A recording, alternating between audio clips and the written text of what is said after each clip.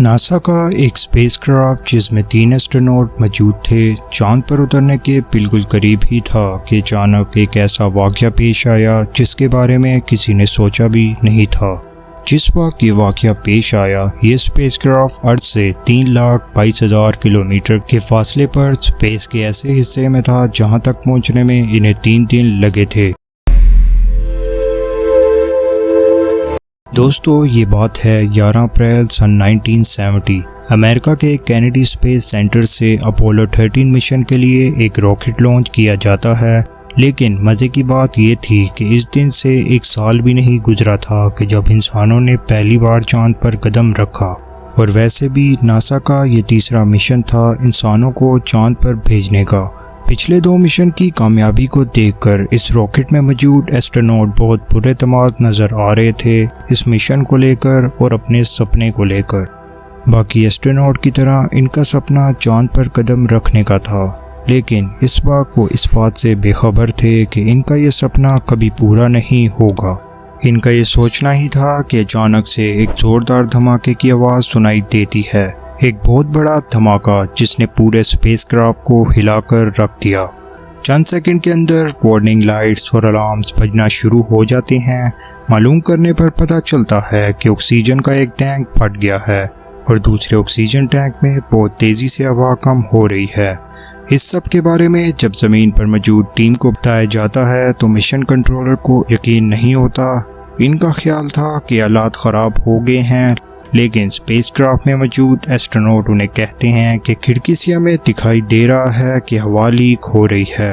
दूसरी तरफ वो देखते हैं कि धमाके की वजह से स्पेसक्राफ्ट अपने रास्ते से इतना हट गया था कि हर सेकंड वो अर्थ से किलोमीटर दूर जा रहा है। चंद ही घंटों में अपोलो 13 के एस्ट्रोनॉट अर्थ से इतना दूर चले गए कि ये एक नया रिकॉर्ड बन गया। आज तक कोई इंसान अर्थ से इतना दूर नहीं गया जितना कि अपोलो 13 के मिशन के दौरान ये तीनों एस्ट्रोनॉट गए थे। चांद पर उतरना तो दूर की बात, इस वक्त सवाल ये था कि क्या वो जिंदा अर्थ पर वापस आ भी सकते हैं या नहीं। Carbon dioxide levels in the lunar module are rising. The main heat shield was not designed to operate in free space for extended periods of time. The crew were beginning to suffer. It was a dire state. It was a real emergency situation. Apollo 13 के spacecraft का design पिछले space mission से मिलता जुलता था। बुनियादी तौर पर 4 अहम कंपार्टमेंट थे: command module, service module, lunar module और लॉन्च एस्केप सिस्टम। स्पेसक्राफ्ट को स्टर्न वी रॉकेट पर लॉन्च किया गया। तीनों एस्ट्रोनॉट कमांड मॉड्यूल में बैठे हुए थे, जो स्पेसक्राफ्ट का अहम हिस्सा होता है, लेकिन ये एक छोटा सा हिस्सा था। कमांड मॉड्यूल एक कोन शेप में है जो सिर्फ 11 फीट लंबा और इसका डायमीटर 13 फीट है। तमाम आलात के panel, navigation gear, radar, life support system और छोटे इंजन सब इस कमांड मॉड्यूल में मौजूद थे। दूसरा सबसे अहम हिस्सा सर्विस मॉड्यूल होता है, जिसमें एस्ट्रोनॉट्स के लिए ज़्यादातर ऑक्सीजन मौजूद थी। इसमें कुछ और इंजन और बिजली पैदा करने के लिए फ्यूल सेल भी थे। कमांड मॉड्यूल और सर्विस मॉड्यूल को अक्सर एक साथ जोड़कर कमांड एंड सर्विस मॉड्यूल या एक आसान अल्फाज में CSM कहा जाता है। ये पूरे मिशन के दौरान एक साथ जुड़े रहते हैं। फिर जब एस्ट्रोनॉट अर्थ पर वापस आ रहे होते हैं तो इस दौरान ही वो एक दूसरे से अलग हो जाते हैं। तीसरा हिस्सा लूनर मॉड्यूल है, जो दरअसल चांद पर लैंड होता है और एक बार चांद पर काम खत्म होने के बाद ये फिर से CSM मॉड्यूल से अटैच हो जाता है। चौथा हिस्सा लॉन्च एस्केप सिस्टम है। लॉन्च एस्केप सिस्टम मिशन के लिए इतना अहम नहीं होता। इसका वाहिद काम एस्ट्रोनॉट को लॉन्चिंग के दौरान हादसे से बचाना है। ये इस तरह काम करता है कि अगर रॉकेट लॉन्चिंग के दौरान कोई हादसा पेश आता है और रॉकेट में आग लग जाती है तो ये एस्ट्रोनॉट को बाहिफाजत बाहर निकालता है और उन्हें हादसे से दूर ले जाता है। 11 अप्रैल सन 1970 क्योंकि अपोलो 13 ने महफूज तरीके से और कामयाबी के साथ लॉन्च किया था, इसलिए लॉन्च एस्केप सिस्टम की ज़रूरत नहीं रहती। स्पेसक्राफ्ट में सवार थे 3 astronaut: commander Jim Lovell, lunar module के पायलट फ्रेड हेस और तीसरे कमांड मॉड्यूल के पायलट जैक स्विगर्ड। इस रॉकेट लॉन्च को देखने के लिए तकरीबन 2 लाख लोग मौजूद थे, जबकि पिछले ही साल अपोलो 11 रॉकेट लॉन्च के मुकाबले में ये बहुत छोटा नंबर था, क्योंकि उस वक्त रॉकेट लॉन्च को देखने के लिए 7 मिलियन लोग आए थे। इस पर नासा को एहसास हुआ कि लोगों का स्पेस एक्सप्लोरेशन में दिलचस्पी कितनी तेज़ी से कम हुई है। लेकिन अगर हम मिशन की बात करें तो ये स्पेसक्राफ्ट बहुत बढ़िया तरीके से अपनी मंजिल की तरफ जा रहा था। मिशन के तीसरे दिन यानी 13 अप्रैल क्रू को बताया गया कि उन्हें लूनर मॉड्यूल पर कुछ टेस्ट करने हैं और इसके अलावा इन्हें टेलीविज़न ब्रॉडकास्ट भी करनी है, जहां पर वो कैमरे का इस्तेमाल करके दुनिया को कमांड मॉड्यूल और सर्विस मॉड्यूल के अंदरूनी हिस्से दिखाएंगे।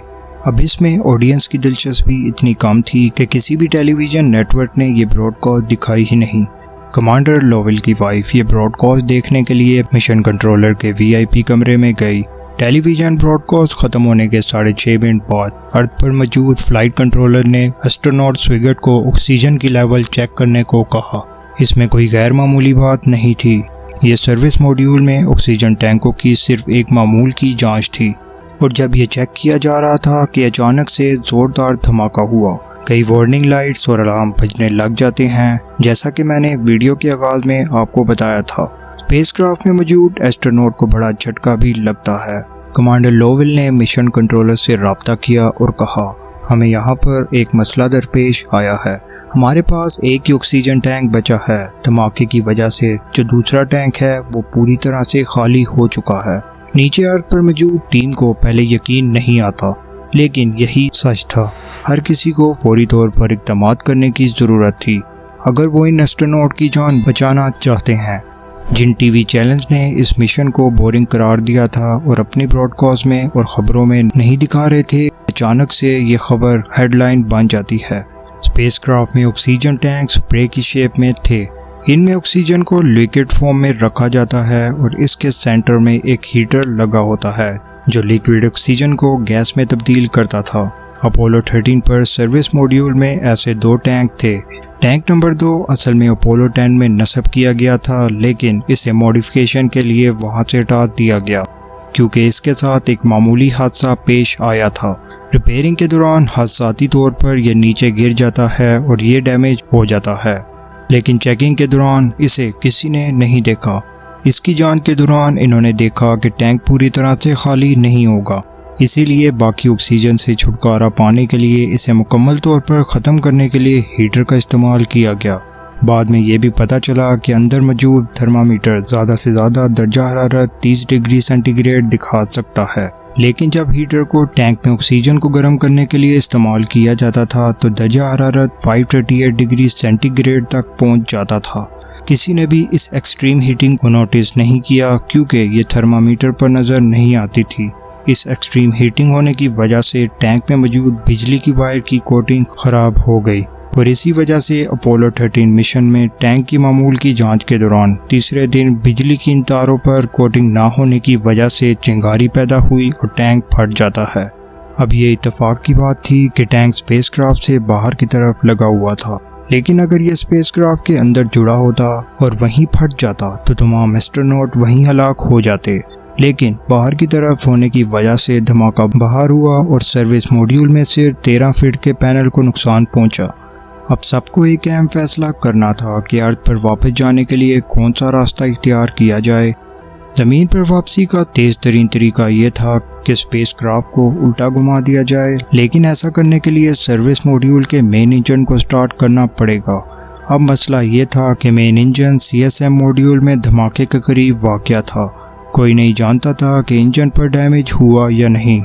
अर्थ पर वापस आने का दूसरा रास्ता ये था कि चांद की तरफ जाया जाए और चांद के गिर्द चक्कर लगाकर फिर वापस आया जाए अर्थ की तरफ। इस तरह सर्विस मॉड्यूल के इंजन को चलाने की ज़रूरत नहीं होगी, लेकिन खतरा ये था कि इस तरह अर्थ पर वापस आने में 5 से 4 दिन लगेंगे। क्या एस्ट्रोनॉट के पास इतनी ऑक्सीजन और पानी बाकी था? नासा के फ्लाइट डायरेक्टर ने दूसरा ऑप्शन चूज़ किया, लंबा रास्ता इस्तेमाल किया जाएगा। एस्ट्रोनॉट को कहा गया कि वो फौरी तौर पर CSM मॉड्यूल को बंद कर दें और वापसी के दौरान वो लूनर मॉड्यूल को लाइफ पोर्ट के तौर पर इस्तेमाल करें। अगरचे ये फैसला एक सेफ ऑप्शन था, लेकिन इसमें भी कई प्रॉब्लम्स थी। लूनर मॉड्यूल को इस तरह डिज़ाइन किया गया था कि इसमें सिर्फ 2 एस्ट्रोनॉट बैठ सकें तकरीबन 20 घंटे के लिए। क्योंकि जैसा कि मैंने आपको बताया इसका असल मकसद चांद पर उतरना और दोबारा CSM मॉड्यूल से अटैच होना है। लेकिन अब तवक्को की जा रही थी कि ये तीनों लोग 5 से 4 दिन तक लूनर मॉड्यूल में बैठेंगे। इसी के साथ लूनर मॉड्यूल के इंजन इस तरह नहीं बनाए गए थे कि इन्हें बार बार फायर किया जा सके। यह भी काफ़ी हद तक खतरनाक काम था।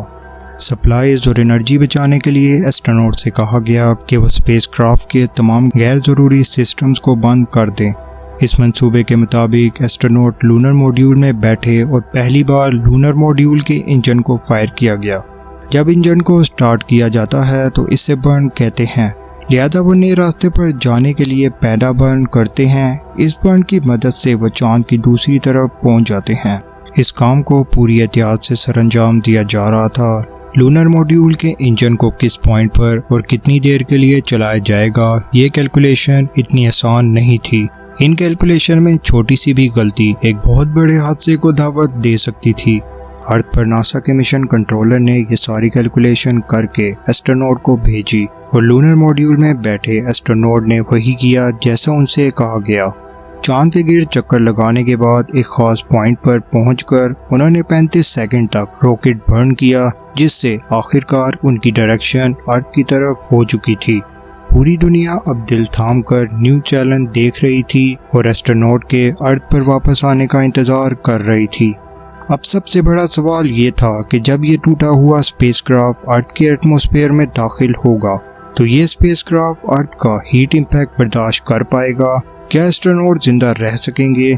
इस काम के लिए एस्ट्रोनॉट को लूनर मॉड्यूल से वापस कमांड मॉड्यूल में जाना था, क्योंकि अर्थ पर दोबारा दाखिले के लिए सिर्फ कमांड मॉड्यूल ही बनाया गया था। जैसे ही कमांड मॉड्यूल अर्थ की एटमॉस्फेयर में दाखिल हुआ, वहां कम्युनिकेशन ब्लैकआउट हो गया। ये होना मामूल की बात थी, क्योंकि हवा की आयोनाइजेशन की वजह से रेडियो वेव बंद हो जाती हैं और अर्थ पर मौजूद नासा के मुलाजमीन और स्पेसक्राफ्ट में मौजूद एस्ट्रोनॉट्स के दरमियान बातचीत नहीं हो सकती। आमतौर पर यह कम्युनिकेशन ब्लैकआउट 2 से 3 मिनट तक होता है। तो ये तवक्को की जा रही थी कि ये कम्युनिकेशन ब्लैकआउट ज़्यादा से ज़्यादा 3 मिनट तक रहेगा। 3 मिनट गुजर चुके थे, लेकिन दूसरी तरफ से कोई जवाब नहीं आया। कोई नहीं जानता था कि एस्ट्रोनॉट बच सके या नहीं। आखिरकार 4 मिनट और 27 सेकंड बाद दूसरी तरफ से कम्युनिकेशन हुई। इसे टेलीविजन पर देखने वालों की जान में जान आ जाती है। तीनों एस्ट्रोनॉट जिंदा बच गए। पैराशूट कमांड मॉड्यूल के अंदर से ओपन होते हैं और ये आहिस्ता आहिस्ता पैसिफिक ओशन में गिरते हैं। अगरचे ये मिशन नाकाम रहा, तीनों एस्ट्रोनॉट में से किसी ने भी चांद पर कदम नहीं रखा, लेकिन फिर भी इस अपोलो 13 मिशन ने तारीख के वर्कों पर जगह बना ली। वीडियो को आखिर तक देखने का बहुत बहुत शुक्रिया। मज़ीद इस तरह की दिलचस्प वीडियो देखने के लिए हमारे चैनल को सब्सक्राइब करें और वीडियो अच्छी लगे तो लाइक और शेयर करें।